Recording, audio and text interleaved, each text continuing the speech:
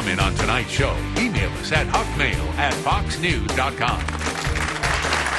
We're back with Congressman Chip Craddock of Minnesota, Bill Huizenga of Michigan, and James Lankford of Oklahoma. Asking these guys about some big surprises. We talked to Bill. Two guys who really hadn't been involved in politics. Real quickly, James, surprise, disappointment. Tell us what was the shocker for you getting to Washington and being sworn in as a congressman. I think the two big surprises, one of them was how diverse the House of Representatives really is. I think people would be proud to know when they walk on the floor that we are as diverse as America. People want to say they're all like that. We're not. We're from, like Chip and I are, from no political background. There are people from long-term political background, lots of other occupations. But the second big surprise to me was how many people are talking about the problems and not about solutions. There's a tremendous amount of conversation inside the House chambers about here are all the problems and very few conversations about how to solve it. And that has surprised me. That is, of all places, need to be the place where we solve problems, not just talk about them. And Chip, what did you go back and tell your wife? Say, honey, you aren't going to believe this. What was that? What I really didn't understand, Governor, is why people didn't understand. I'm a dad on a mission. That's how I kind of qualify myself. Is the amount of spending that the government is doing, that we're basically broke. We are broke, and I didn't understand that why people keep on spending money, why they didn't see it that we have to curtail the amount of spending that we're doing, and I didn't understand why people didn't understand that simple fact. Chip, let's start about that whole issue of spending, because, I mean, I think a lot of people got elected because they said, look, Congress is out of control. They're spending money we don't have. They are borrowing money we can't afford to pay back. So you're a congressman. What do you want to cut? I have two targets. One is the Department of Energy. The Department of Energy was formed in the Carter administration.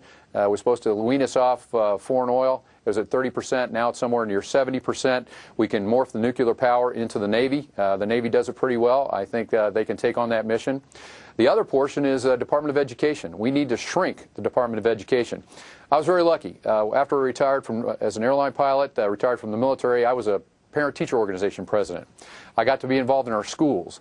And one of the main things that I see in talking to teachers and principals, all the bureaucracy that's coming out of Washington, D.C. We need to shrink that bureaucracy. We need to get the money down to the kids in the classroom. And that's what I see. That's my second target. Well, those are good targets. All right, Bill, what would you take the knife to?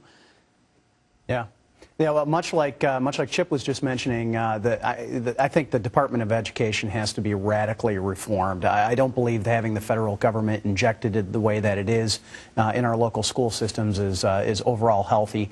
And Mike, it's everything from those small things like defunding Planned Parenthood, which I miss where in the Constitution we're supposed to be funding them, to those larger things. And to me, it's a short-term, medium-term, and long-term. Smaller things right now, but they have to lead into those bigger issues of Medicaid, Medicare, and Social Security, as well as the interest on our debt. That's going to be the real long-term thing that we have to tackle. All right, James, we're going to give you a chainsaw and turn you loose on the federal budget. What gets chopped?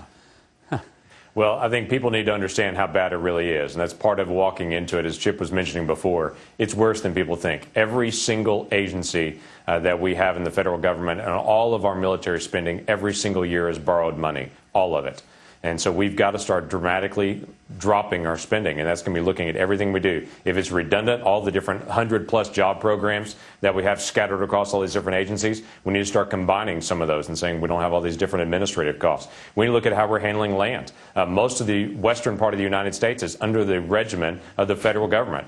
We need to start getting that back to state control and to private control and not having all of the West owned by the government. We have millions of square feet of federal properties that are being unused, that were just sitting there unused as far as actual buildings. We need to sell those off and not have to just carry all those assets all the time. You know, so what a it's novel top idea, to bottom James. is looking at redundancy. You might even believe that the 10th Amendment actually meant what it said. What an interesting thought there. It's a great thing. Well, I just asked three simple questions. Yeah. I ask, is it constitutional? Can we afford it? And should this be done by the states, not us? You know what? You could have been in the Congress 200-something years ago and fit right in. Now, I'm not sure, because you have a very different point of view than it looks like we've had. But thank God you're there, all of you. What a delight to talk to you, and I wish you the best. If you get that done, I'll buy you the biggest steak in New York if your Congressional Ethics Committee will let you accept it, because you will be doing America and all of us a great favor. You can count on it, Governor. Chip, James, Thanks, Bill, Governor. thank you all. It is a pleasure to have you, and good luck in fighting the people.